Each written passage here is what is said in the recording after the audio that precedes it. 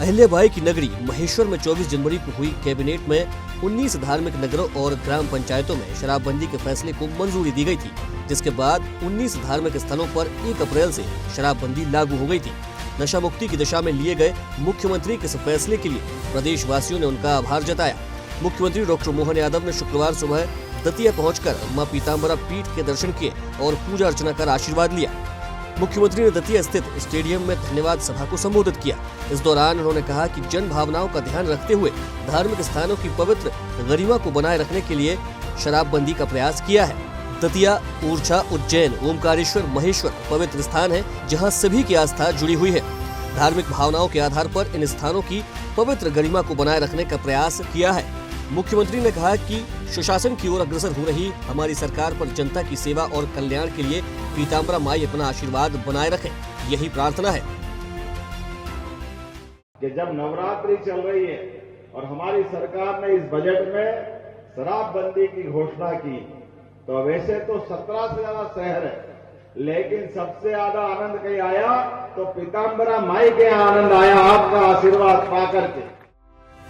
मुख्यमंत्री डॉक्टर मोहन यादव ने कहा कि वसुधैव कुटुंबकम के विचार वाली भारतीय संस्कृति संपूर्ण विश्व को परिवार मानती है। प्रधानमंत्री नरेंद्र मोदी के नेतृत्व और मार्गदर्शन में इस सिद्धांत पर चल रही राज्य सरकार सभी के हित और कल्याण के लिए समर्पित है।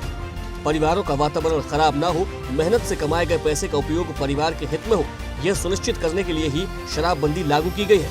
धार्मिक नगरों में पवित्र भाव की अनुभूति होती है, अतः प्रदेश में विद्यमान 19 देवस्थानों की गरिमा को बनाए रखने के लिए ही इन स्थानों पर शराबबंदी का फैसला लिया। मुख्यमंत्री डॉक्टर मोहन यादव ने कहा कि दतिया सहित प्रदेश में जहां जहां देवी मां की कृपा है वहां देवी लोक विकसित किए जाएंगे। चित्रकूट सहित भगवान श्री राम से जुड़े प्रदेश के सभी स्थानों का श्री राम वन पथ गमन मार्ग के अंतर्गत उन्नयन किया जा रहा है। इसी प्रकार भगवान श्री कृष्ण ने जहाँ जहाँ भी लीलाएं की हैं, उन स्थानों को भी तीर्थ के रूप में विकसित करने के लिए बजट में प्रावधान किया गया है।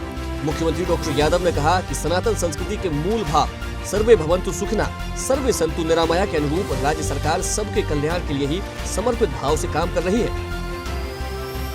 आने वाले समय में हमने एक अभियान और लगाया।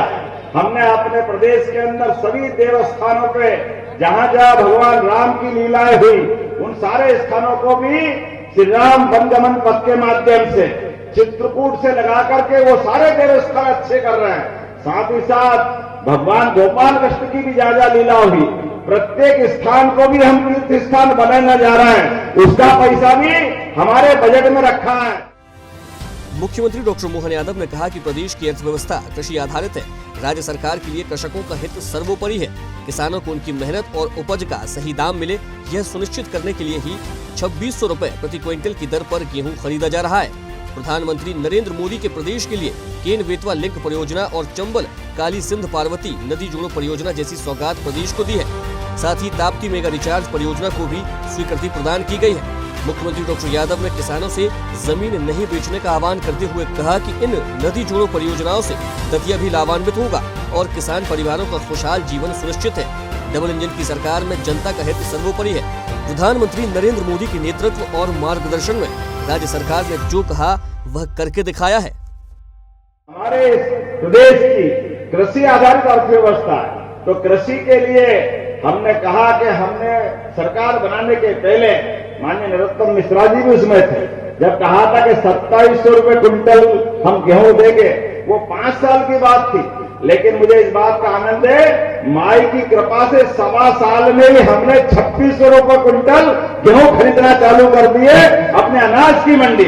यशस्वी प्रधानमंत्री के माध्यम से केन बेतवा नदी जोड़ो अभियान, पार्वती काली सिंध चंबल योजना और अब तीसरी योजना बुरहानपुर तरफ होने वाली है।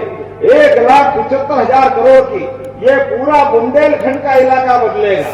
आप सबसे निवेदन है, अपनी जमीन मत बेचना, आपकी जमीन के माध्यम से आपके परिवार की जिंदगी आगे बढ़ने वाली है।